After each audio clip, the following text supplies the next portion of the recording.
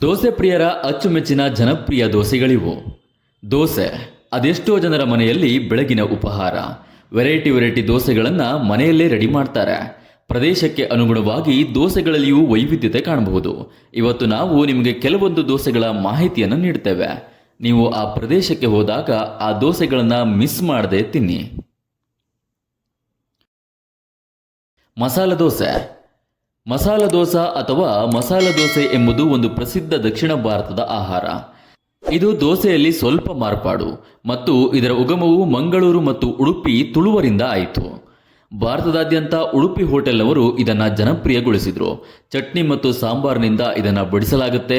ದಕ್ಷಿಣ ಭಾರತದಲ್ಲಷ್ಟೇ ಜನಪ್ರಿಯವಾಗಿಲ್ಲದೆ ಇದು ದೇಶದ ಇತರ ಭಾಗಗಳಲ್ಲಿಯೂ ಮತ್ತು ಸಾಗರೋತ್ತರದಲ್ಲಿಯೂ ಸಹ ಇದನ್ನು ನಾವು ಕಾಣಬಹುದು.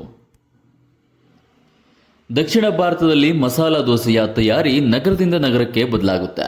ಮೈಸೂರು ಮಸಾಲ ದೋಸೆ, ಈರುಳ್ಳಿ ಮಸಾಲ ದೋಸೆ, ಇಂದು ಮಸಾಲ ದೋಸೆಯಲ್ಲಿ ನಾನಾ ವಿಭಿನ್ನಗಳು ಬಂದಿವೆ. ನೀರು ದೋಸೆ ಕರಾವಳಿಯ ಬಹು ಪ್ರಸಿದ್ಧ ಖಾದ್ಯ. ತೆಳುವಾಗಿ ಈ ದೋಸೆ ಮಾಡುವುದೇ ಒಂದು ಕಲೆ ಅಂದರೂ ತಪ್ಪಿಲ್ಲ. ಕೇವಲ ಅಕ್ಕಿ ಮಾತ್ರ ಸಾಕಾಗುವ ಸರಳವಾಗಿ ಮಾಡಬಹುದಾದ ದೋಸೆ. ಕರಾವಳಿ ಭಾಗದಲ್ಲಿ ಹಲವು ನಾನ್ ವೆಜ್ ಊಟದ ಖಾದ್ಯಗಳಲ್ಲಿ ಈ ದೋಸೆಗೆ ಸ್ಥಾನವಿದೆ. ಚಟ್ನಿ, ಪಲ್ಯ, ಸಾಂಬಾರ್, ಬೆಲ್ಲದ ಮಿಶ್ರಣ ಎಲ್ಲವುದರ ಜೊತೆಗೆ ಇದು ಬೆಸ್ಟ್ ಕಾಂಬಿನೇಷನ್. ನೀರ್ದೋಸೆ ಕರ್ನಾಟಕ ರಾಜ್ಯದ ದಕ್ಷಿಣ ಭಾಗದ ಅತ್ಯಂತ ಪ್ರಸಿದ್ಧ ಅಡುಗೆಯಾಗಿದೆ. ನೀರ್ದೋಸೆಯನ್ನು ಹೆಚ್ಚಾಗಿ ಮಂಗಳೂರು, ಉಡುಪಿ ಭಾಗದ ಅಡುಗೆಯಾಗಿ ಗುರುತಿಸಲಾಗಿದೆ.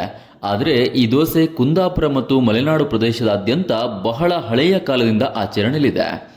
ಮಲೆನಾಡಿನಲ್ಲಿ ಸಾಧಾರಣವಾಗಿ ಇದನ್ನು ಬರೀ ಅಕ್ಕಿ ದೋಸೆ ಎಂದು, ಕುಂದಾಪುರದ ಪ್ರದೇಶದಲ್ಲಿ ತೆಳ್ಳನ್ ದೋಸೆ ಎಂದು ಕರೆಯುತ್ತಾರೆ. ಬೆಣ್ಣೆ ದೋಸೆ. ಬೆಣ್ಣೆ ದೋಸೆಯು ಕರ್ನಾಟಕದ ದಾವಣಗೆರೆ ಜಿಲ್ಲೆಯಲ್ಲಿ ಪ್ರಸಿದ್ಧಿ ಹೊಂದಿದೆ. ದಾವಣಗೆರೆ ಬೆಣ್ಣೆ ದೋಸೆ ಅಥವಾ ಬೆಣ್ಣೆ ದೋಸೆ ಮೂಲವು ಕರ್ನಾಟಕದ ದಾವಣಗೆರೆ ಜಿಲ್ಲೆಯೇ ಆಗಿದೆ. ದಾವಣಗೆರೆಯಲ್ಲಿರುವ ಮಂಡಕ್ಕಿ ಪಟ್ಟಿ ಹಾಗೂ ಸುತ್ತಮುತ್ತಲಿನ ಹಳ್ಳಿಗಳಲ್ಲಿ ಸಿಗುವ ಬೆಣ್ಣೆ ದಾವಣಗೆರೆಯಲ್ಲಿ ಈ ಉದ್ಯಮ ಬೆಳೆಯುವುದಕ್ಕೆ ಮುಖ್ಯ ಕಾರಣ. ಸಾಮಾನ್ಯವಾಗಿ ದೋಸೆಯನ್ನು ತಯಾರಿಸುವಾಗ ಹೆಚ್ಚಿನ ಪ್ರಮಾಣದ ಬೆಣ್ಣೆಯನ್ನು ಸೇರಿಸುವ ಮೂಲಕ ಮತ್ತು ತೆಂಗಿನಕಾಯಿಯ ಚಟ್ನಿಯೊಂದಿಗೆ ಈ ಬೆಣ್ಣೆ ದೋಸೆಯನ್ನು ತಯಾರಿಸಲಾಗುತ್ತೆ. ಸಾಮಾನ್ಯವಾಗಿ ಅದರ ಹಿಟ್ಟನ್ನು ಅಕ್ಕಿ, ಉದ್ದಿನಬೇಳೆ, ಮಂಡಕ್ಕಿ ಇತ್ಯಾದಿಗಳಿಂದ ತಯಾರಿಸಿ ಆ ಮಿಶ್ರಣದಿಂದ ಕಾವಲಿಯಲ್ಲಿ ಬೆಣ್ಣೆ ದೋಸೆ ಮಾಡಲಾಗುತ್ತೆ. ಬೆಳಗಾವಿಯ ರಾಮದುರ್ಗ ತಾಲೂಕಿನಿಂದ ಕುಟುಂಬವೊಂದು ದಾವಣಗೆರೆಗೆ ವಲಸೆ ಬಂದಿತ್ತು. ಈ ಕುಟುಂಬದ ಚೆನ್ನಮ್ಮ ಎಂಬ ಮಹಿಳೆ ತನ್ನ ಮಕ್ಕಳ ಜೊತೆ ದೋಸೆ, ಚಟ್ನಿ, ಆಲೂಗಡ್ಡೆ ಪಲ್ಯ ತಯಾರಿ ಮಾಡಿ ಮಾರಾಟ ಮಾಡಲು ಆರಂಭಿಸಿದರು. 1938ರ ಹೊತ್ತಿಗೆ ಚೆನ್ನಮ್ಮ ಅವರ ಮಕ್ಕಳಾದ ಶಾಂತಪ್ಪ ಮತ್ತು ಮಹದೇವಪ್ಪ ಅವರು ಅಕ್ಕಿ ಹಿಟ್ಟಿನ ದೋಸೆ ಮಾಡಲು ಶುರು ಮಾಡಿದರು. ಬೆಣ್ಣೆ ಬೆರೆಸಿದ ಬಿಸಿ ಬಿಸಿ ದೋಸೆಗೆ ದಾಲ್ ಸಾಥ್ ಕೊಡ್ತಿತ್ತು. ಮುಂದೆ ಇದೇ ಬೆಣ್ಣೆ ದೋಸೆ ಜಗತ್ಪ್ರಸಿದ್ಧವಾಯಿತು. ರವಾ ದೋಸೆ. ರವಾ ದೋಸೆ ಕೂಡ ಒಂದು ವಿಧದ ದೋಸೆ. ಬಹುತೇಕರ ಮನೆಗಳಲ್ಲಿ ಈ ದೋಸೆಗೆ ಕಾಯಂ ಸ್ಥಾನ. ರವಾ ದೋಸೆಯ ವಿಧಗಳಲ್ಲಿ ಈರುಳ್ಳಿ ರವಾ ದೋಸೆ, ರವಾ ಮಸಾಲೆ ದೋಸೆ ಮತ್ತು ರವಾ ಸಾದಾ ದೋಸೆ ಸೇರಿವೆ.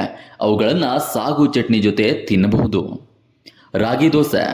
ದಕ್ಷಿಣ ಭಾರತದಲ್ಲಿ ರಾಗಿ ದೋಸೆ ಫೇಮಸ್. ರಾಗಿಯಿಂದ ಮಾಡಿದ ರುಚಿಕರವಾದ ತೆಳುವಾದ ಕ್ರಿಪ್ಸ್ ಸಖತ್ ಇಷ್ಟವಾಗುತ್ತೆ. ರಾಗಿ ದೋಸೆಯನ್ನು ಧಾನ್ಯಗಳಿಂದ ತಯಾರಿಸಲಾಗುತ್ತೆ. ಗೋಧಿ ದೋಸೆ. ಗೋಧಿ ಹಿಟ್ಟಿನಿಂದ ತಯಾರಿಸಿದ ಆರೋಗ್ಯಕರ ದಿಢೀರ್ ದೋಸೆ ಉತ್ತಮವಾಗಿದೆ. ಇದರ ಸಂಪ್ರದಾಯ ದಕ್ಷಿಣ ಭಾರತದ ದೋಸೆ ಪಾಕವಿಧಾನಕ್ಕಿಂತ ಭಿನ್ನವಾಗಿದೆ. ಗೋಧಿ ದೋಸೆ ಮಾಡುವ ವಿಧಾನ ಜನಪ್ರಿಯ ರವಾ ದೋಸೆ ವಿಧಾನಕ್ಕೆ ಹೋಲುತ್ತೆ. ಅದು ಒಂದೇ ವಿನ್ಯಾಸ ಮತ್ತು ಗರಿಗರಿಯಾದ ಮಟ್ಟವನ್ನು ಹೊಂದಿರುತ್ತದೆ. ಗೋಧಿ ದೋಸೆಯಲ್ಲಿ ಗೋಧಿ ಪ್ರಮುಖ ಪಾತ್ರವನ್ನು ವಹಿಸುತ್ತೆ. ಇದು ಕೆಲವು ಜನಪ್ರಿಯ ದೋಸೆಗಳ ಮಾಹಿತಿ.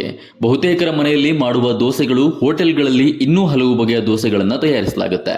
ನೀವು ಕೂಡ ನಿಮ್ಮ ಕಡೆಗಳಲ್ಲಿ ಮಾಡುವ ವಿಶೇಷ ಖಾದ್ಯಗಳ ಬಗ್ಗೆ ನಮಗೆ ಬರೆದು ಕಳಿಸಿ, ನಾವು ಅದನ್ನು ಪ್ರಕಟ ಮಾಡ್ತೇವೆ. ಈ ಮಾಹಿತಿ ಇಷ್ಟವಾದಲ್ಲಿ ವಿಡಿಯೋವನ್ನು ಲೈಕ್ ಮಾಡಿ ಮತ್ತು ಶೇರ್ ಮಾಡಿ. ಇನ್ನೂ ಹೆಚ್ಚಿನ ಮಾಹಿತಿಗಾಗಿ ನಮ್ಮ ಕನ್ನಡ ಟ್ರಾವೆಲ್ ವಾಹಿನಿಯ ಚಂದಾದಾರರಾಗಿ.